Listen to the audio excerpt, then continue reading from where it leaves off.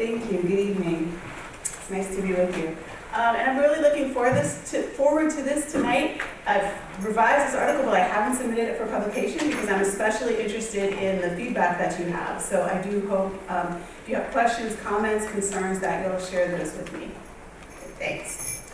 Okay, so in the children's book, Rebecca's Journey Home, an American family's experience adopting a baby from Vietnam and navigating issues of race, religion, and nationality sheds light on each of those modes of identity, as well as Jewish identity's distinctive relationship to them.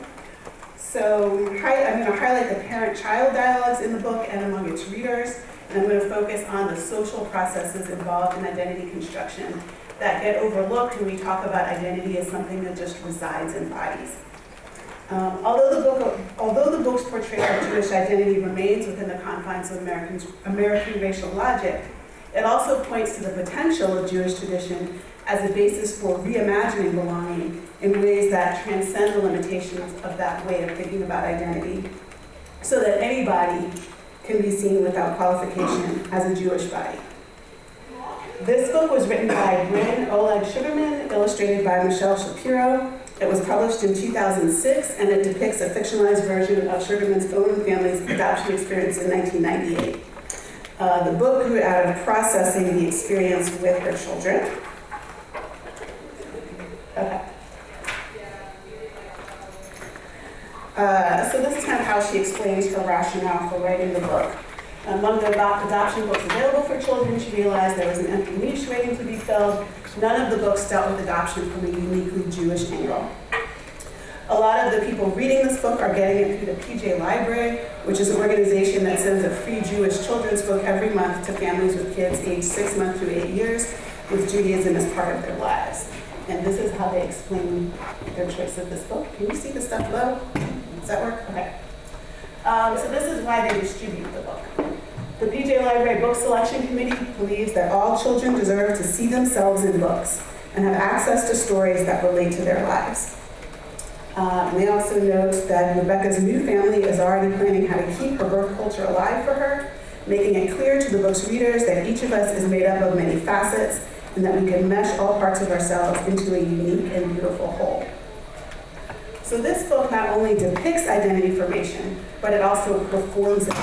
It presents a story about the process of building and reinforcing family bonds, and it's addressed to readers who are themselves actively participating in that process.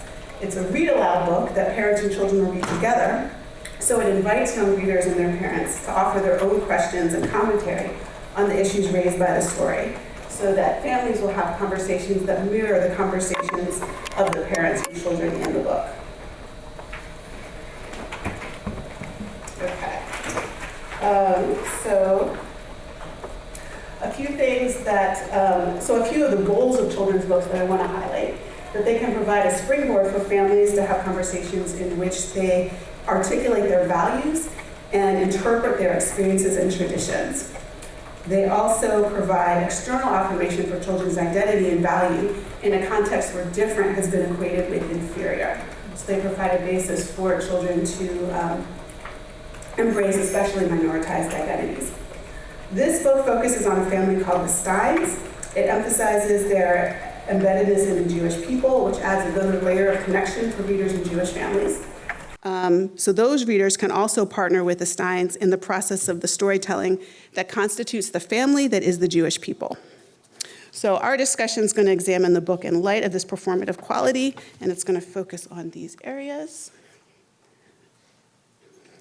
We're going to look at the way the book is prompting its readers in relation to these processes. So looking at how it's helping its readers think about adoption specifically and the broader experience of building family, to look at the way Jewish tradition structures those processes, and it's also, as we're going to see, it's also tutoring its readers in perceiving and responding to racial differences. Okay, I'm ready for the first page. Is today the day? Jacob asked his mother excitedly. Yes, today is the day I leave for Vietnam. Soon you will meet your baby sister, she replied. Thank you. So to notice here while we're looking at this, that the pictures in a children's book are not just random drawings inspired by the story. They're also a form of storytelling in their own right. They're teaching children, the words are teaching children how to see the picture, and the pictures themselves are also telling stories, especially to children who don't read and are just following along with the pictures. So picture books are also really instrumental in teaching children how to see the world. And so in this picture, to just note what's included here, that there's a parent and a child, we have one piece of furniture, and on this piece of furniture, we have a lot of Jewish objects, and that these are the only things we're being told about this family. So it's really foregrounding that element of the family's experience. So this book presents adoption as a way to build a family that differs from pregnancy, but still involves a parallel developmental arc, all the way down to the suitcase packed and ready to go, waiting for a signal that could come anytime in the last month. And we're not going to read the whole page, but then the process even takes about a year. In this case, for adoption, it involves months of telephone calls, meetings, and signing papers. And it finally culminates in the mother announcing that the time is at hand, undertaking a journey, and returning to the household with the new baby. In the adoptive scenario, there are legal processes that fill the roles that biological ones fill in pregnancy. And the reference to signing papers even echoes a Jewish marriage ceremony, another non-biological approach to building family. So by presenting adoption in a way that so closely resembles the typical arrival of a new baby through pregnancy, the book is revealing both the naturalness of adoption and the synthetic dimension of family growth through pregnancy.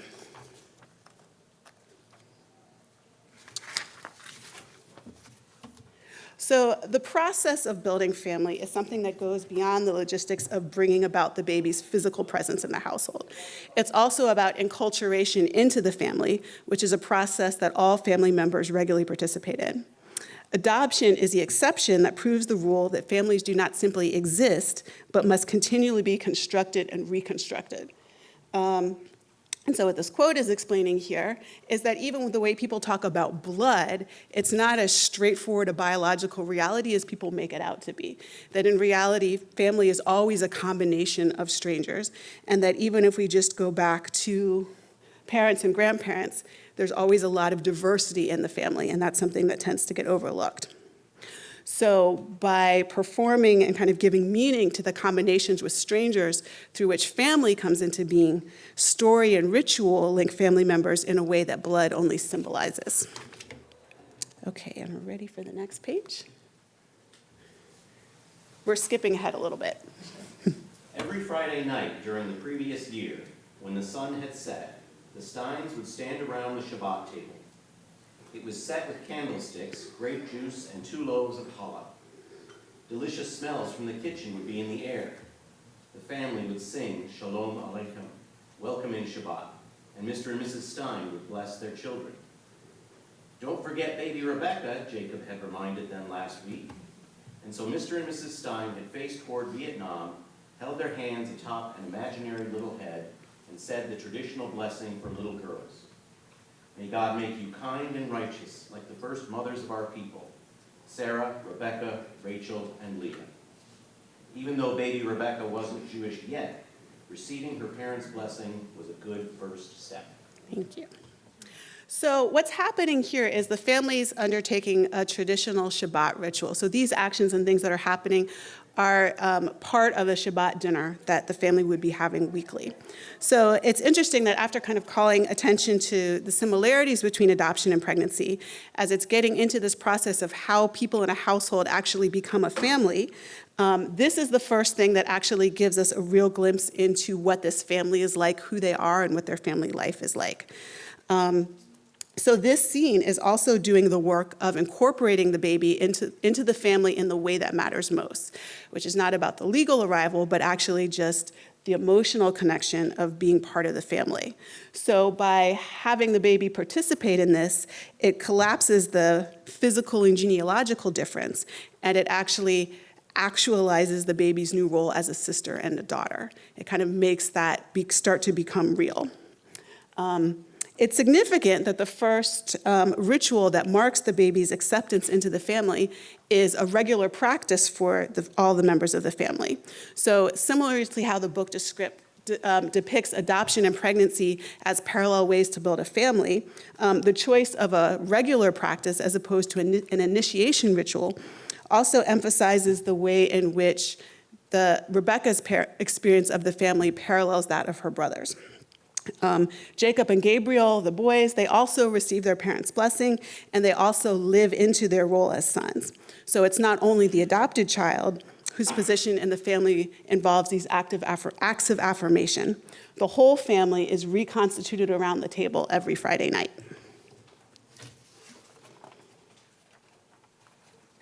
Okay. But then we have a bit of a shift. So the book is focusing on practices that root the book's exploration of what it means to be family and broader questions about what it means to be Jewish.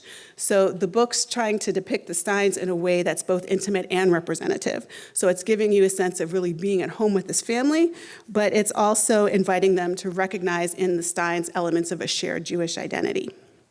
But it's interesting, what we're about to see is that it treats the two levels of belonging in very different ways, and there are different rules that it applies to each of them.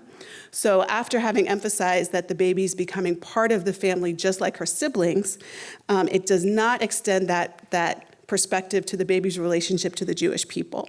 Instead, it presents the baby's Jewish identity as a matter of debate over the extent to which the circumstances of her birth constrain her communal identity. And it leads to a distinction between the baby's Jewishness and that of her siblings. Ready for the next page? Soon, baby Rebecca won't be Vietnamese anymore. She'll be Jewish, Gabe had said. He was 4 years old and wanted to be an astronaut when he grew up.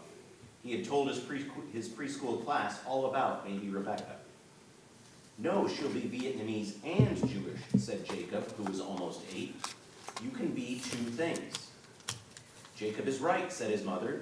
You can be many things. Baby Rebecca will always be Vietnamese. Her hair will always be straight and black, her skin golden brown, and her eyes the shape of almonds. We'll read her stories about Vietnam to teach her that it is a special place. One day, we will all visit her homeland. But she will also be a part of the Jewish people and will learn our history, celebrate our holidays, and visit Israel. And of course, she will be American. So Mrs. Stein presents her statement as an affirmation of Jacob's position that a person can be many things. But by looking at the baby's physical appearance as the basis for an identity that baby Rebecca will always be, Mrs. Stein undermines the language of possibility that she and Jacob both use. She doesn't argue that the two identities are able to coexist so that the baby has the option of maintaining a Vietnamese identity alongside a Jewish one. Rather, she insists that the baby's Vietnamese identity is not amenable to change because it resides in her very body. As a result, any other identities that the baby acquires must coexist with rather than displace that identity. So beneath the surface of a conversation about openness and possibility in the realm of identity is a logic that limits identity and restricts choice. In emphasizing constraints imposed by bodily identity, Mrs. Stein's account of the baby's identity differs significantly from the book's treatment of family. The book destabilizes the binary opposition between natural birth families and synthetic adopted families by depicting family as the active creation of its participants. And that view allows the baby becoming a member of the Stein family in exactly the same sense that her siblings are, even though she arrives in the household through different means. But Mrs. Stein's remarks here reject the possibility of extending this approach to family to the Jewish people as a whole. Instead, she turns to a more passive view of identity, regarding inborn bodily features as fundamentally determinative and unalterable. In keeping with that view, Mrs. Stein suggests that the baby does not become Jewish in the same sense as her siblings. Instead, her body qualifies her membership in the Jewish people so that she's Vietnamese and Jewish, while her siblings are simply Jewish. So both in what they say and in what they leave out, Mrs. Stein's remarks about visiting Vietnam and Israel indicate that the identification of the baby as Vietnamese and Jewish does not just name a surplus of identities, but also has implications for the meaning of Jewish. In Mrs. Stein's usage, Vietnamese functions as a designation of race or ethnicity, as suggested by the way in which she attributes the baby's Vietnamese identity only to her body, and not, say, to her experience of immigration or the language and food she encountered in utero. After establishing the baby's fundamental Vietnamese identity, she then layers the Jewish identity on top of her Vietnamese one. In Mrs. Stein's account, the baby's being part of the Jewish people does not extend to her body. So Mrs. Stein's remarks, and kind of parsing it this way, it reflects an understanding of Jewishness that's filtered through a characteristic separation, American separation of racial and religious identity. In the formative period of American history, Christian settlers faced tension between the egalitarian implications of sharing in Christian community and the hierarchies of a slave society. And so in response, they amended the rites of Christian initiation to specify that conversion altered religious status while leaving social status untouched. And so what Mrs. Stein's suggestion that the conversion renders the baby religiously Jewish while leaving her Vietnamese racial identity intact reflects the way in which that history has shaped the American imagination. Okay, we've got nope, we've already got this page. This is something to look at. So the legacy of the American racial imagination is also evident in the particular significance that Mrs. Stein attributes to the baby's body, an approach mirrored by the book's text.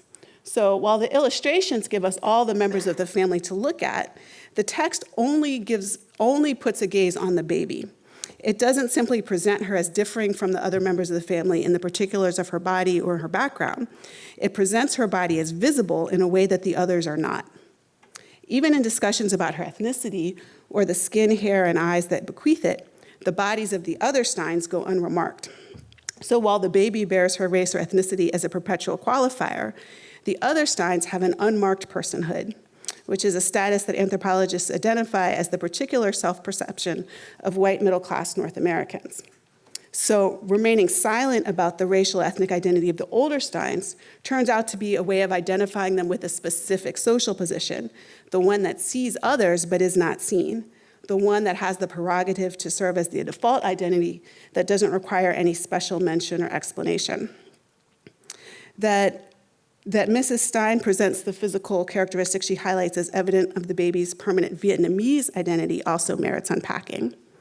So the use of the term Vietnamese conflates race ethnicity with nationality, so that a nation that came into being through colonial intervention is presented as inscribed on the body of a baby at birth. Nationality does not simply equate with a lived sense of peoplehood, which is illustrated by the fact that this book emphasizes rituals of Jewish belonging, but not rituals of American belonging. Even in this picture, you notice they have a poster of Israel and Vietnam. You don't see any poster of USA or anything like that. The Vietnamese government recognizes 54 different ethnic groups within its borders. That Mrs. Stein invokes the permanence of nationality, despite its arising through history, demonstrates the ongoing impact of colonialism. Identities constructed in colonial administration have assumed such complete authority that they occur as natural and inevitable, rather than as products of a history that may have been otherwise. Mrs. Stein's reference to nationality is really best understood as a stand-in for race. In identifying the marks of the baby's Vietnamese identity and its defining marks, the things that she highlights are not the self-descriptions that people in Vietnam might use to name what they see as the defining features of their communal identity. And it's not those features that might roughly distinguish someone from Vietnam from someone from Japan. Her description of the baby's appearance could just as well apply to people from China, Thailand, or the Philippines, to name only a few examples. Mrs. Stein cites a litany of features that the American racial imagination associates with Asians. The assertion that baby Rebecca will always be Vietnamese also reflects the way in which the American racial imagination constructs Asians as perpetual foreigners. So Gail Yee explains, Asian Americans have not been fully assimilated into what it means to be American. Even though many, like my family, have been here for generations, the perception of being aliens in their own land is one that Asian Americans find difficult to shake off. They continue to be seen as more Asian than American. Mrs. Stein's words illustrate this point, identifying foreignness as residing in the baby's very body, unalterable by immigration, adoption, or conversion, or even by the passing of generations, unless or until the key physical features pass away. So while religion changes with conversion and nationality changes with a passport, race is forever. Except that it isn't. The way that the American racial imagination has perceived and categorized different bodies has shifted over time. So although Mrs. Stein is looking at the baby's Vietnamese features as an ineradicable mark of difference from the rest of the family, her own family history likely reflects the very change in identity that she rules out for the baby.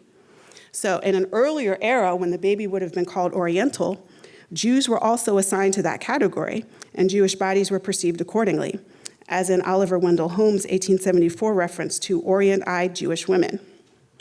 By the relatively contemporary setting of Rebecca's journey home, Mrs. Stein is looking at the baby from the white side of the racial divide as the one deploying the Eurocentric gaze rather than as its object.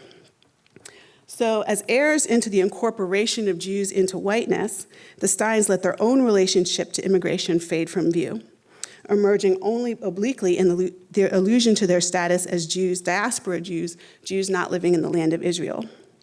The book makes no mention of how the Stein family came to be in the United States, an omission that becomes striking when juxtaposed with the considerable weight given to the baby's Vietnamese origins. If Vietnam plays such a fundamental role in the baby's identity, as well as in that of any children she births, then why don't the countries from which the Stein ancestors immigrated play an equally important role? Demographic trends make it likely that Mr. and Mrs. Stein are only about 2 or 3 generations removed from the forebears that first came to the United States, but their points of origin go completely unmentioned in the book. Mrs. Stein does not mention visiting any Stein homeland in Germany or Eastern Europe. Neither does the baby's impending immigration occasion a conversation about, or even an allusion to, the family history of immigration, suggesting the limited relevance of that history to the identity of the Stein family or of the baby. So even though the baby is personally immigrating to the USA, while the rest of the Steins are presumably a few generations removed from that experience, she most likely brings less with her in the way of culture and memory than the Stein ancestors did. In this context, if I could borrow this for a moment, it's worth looking at the back cover of the book. I don't have a slide of it because the Elon version doesn't have it. But the back cover, can you see this a little bit? So this is a picture of the baby alone, and it says, "A heartwarming adoption story that reflects the growing cultural diversity of the Jewish community." The description of the baby as the bearer of cultural diversity is in comic contrast to the baby's actual actions in the book, the most distinctive of which involves hitting herself in the head with a rattle.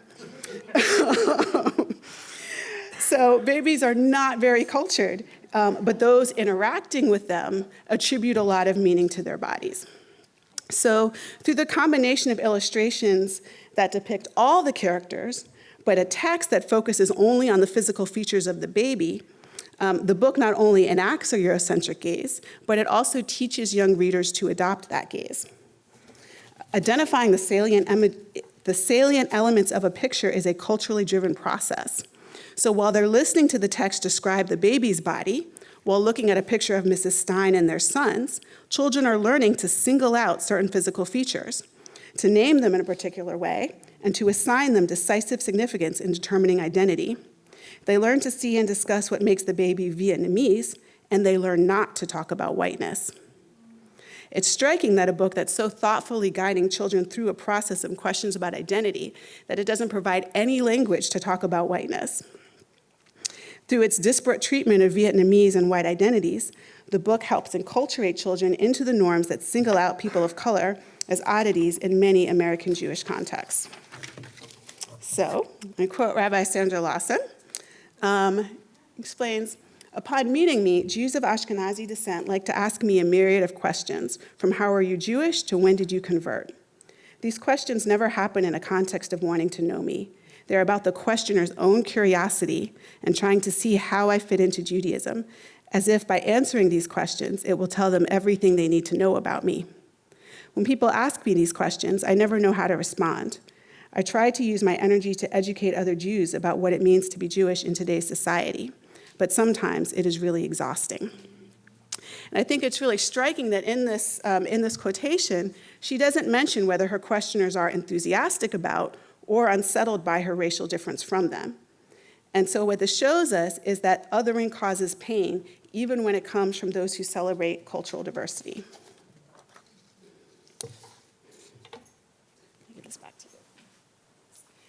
you. So Mrs. Stein's account of the baby's identity, it illustrates the way that certain popular approaches to repudiating racism fail to fully escape its pitfalls because they're still relying on the same central assumptions about human diversity. So using the image of a social ladder, Keenan Malik relates the overt racial hierarchies common in the past to the more positive statements about human difference that now hold sway. Let's see if this works. So all we've done is that. Basically. And so implicit in this idea is a highly ordered view of communal identity. So the rungs of the ladder are dividing space into a series of structural identical categories, a series of equivalent boxes, each of which operates within its own clearly demarcated boundaries. So this idea that everything is kind of in its own place. And so when Mrs. Stein is saying, baby Rebecca will always be Vietnamese, it's showing us this rigidity at work, boxing the baby in on the basis of her physical features. So steeped in the social ladder, this is why it's so hard for American culture to conceptualize a peoplehood that encompasses bodies assigned to different races. And so what happens instead is that people reimagine Judaism and Christianity to bring their notions of identity into line with American rules.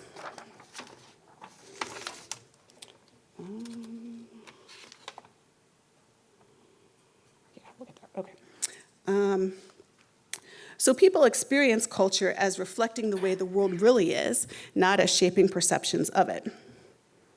As a recent cultural anthropology textbook explains, culture consists of the collective processes that make the artificial seem natural. Although the racial ethnic identity that Mrs. Stein attributes to the baby derives from Mrs. Stein's culturally driven way of seeing, it occurs to her as a truth about the baby's body, beyond the reach of any decision or action. New possibilities become available when we recognize that bodies don't have inherent meanings, but that we assign meanings to bodies in accordance with our cultural training. When we recognize the role that culture plays, it creates space to be intentional about responding to cultural proclivities and even to reshape those proclivities.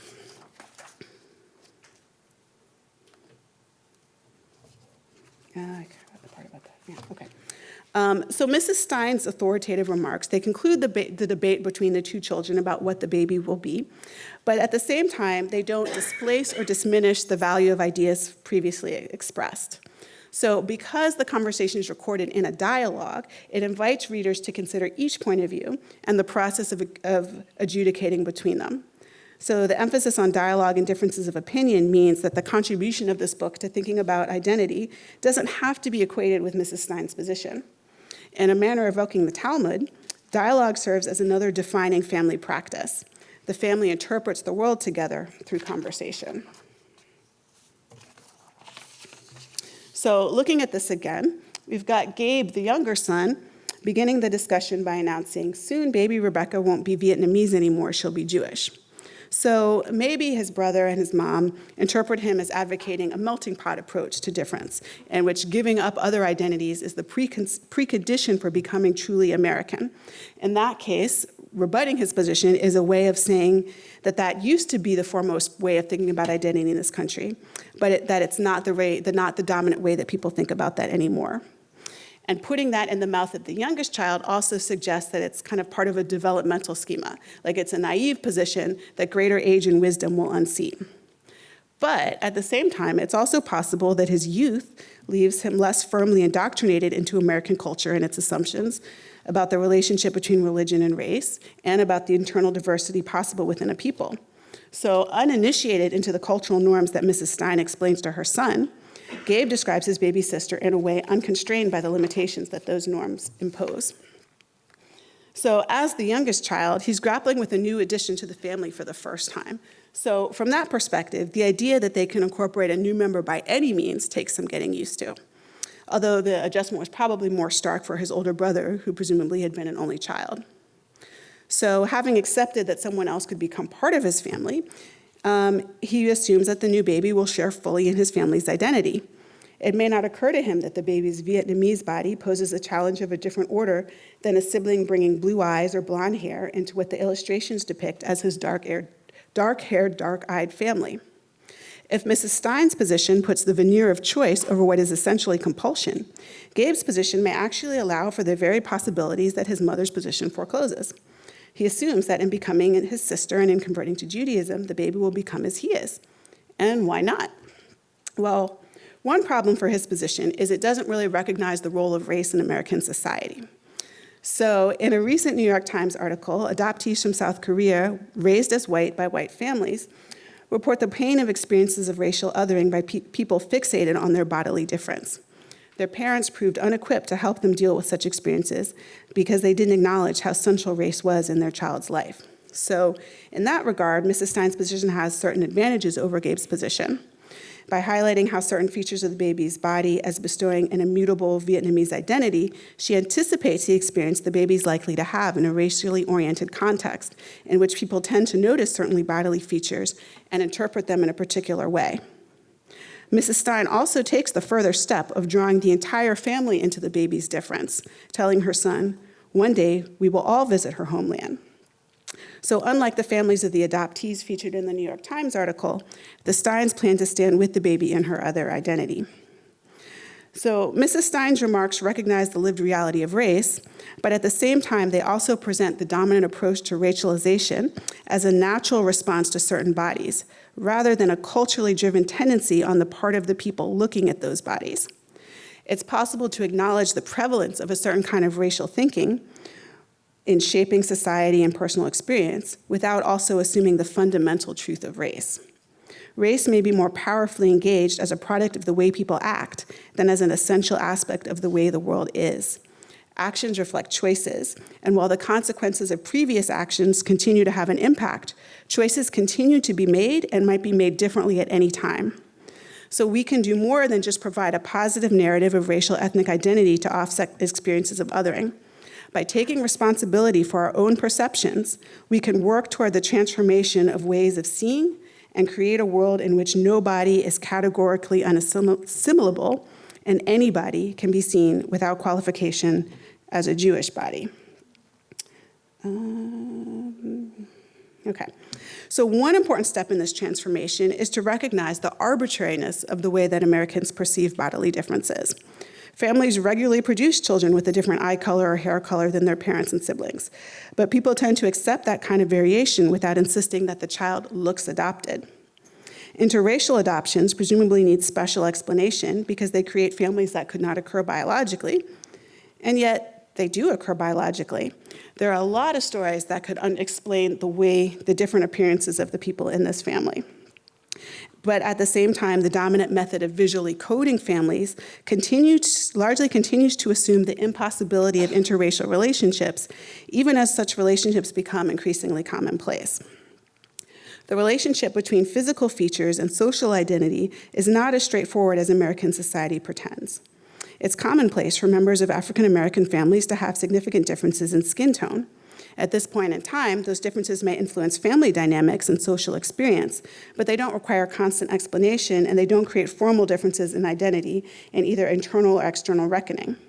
So why then would differences of equal magnitude, as far as melanin is concerned, pose such limitations for white families? The answer lies in the history of whiteness as an identity of exclusion and in the need to delineate precisely which people were subject to enslavement, segregation, etc. But just as the rules for who qualifies as white have changed so that Americans no longer register Swedes and Germans as visibly distinct racial groups, so too could the physical vocabulary of Americanness evolve to be more inclusive, if Americans would let it. That can begin with taking responsibility for our own role in the construction and maintenance of racial logic, acknowledging that its boundaries arise from our failure of imagination and not the hair, eyes, and skin of those we see as ineradicably different. So if we get free of the constraints of these inevitable things that we think that we're imagining, we can engage Jewish tradition not as a subset that exists within the terms of American racial logic, but as a resource with the potential to point us to new ways of seeing.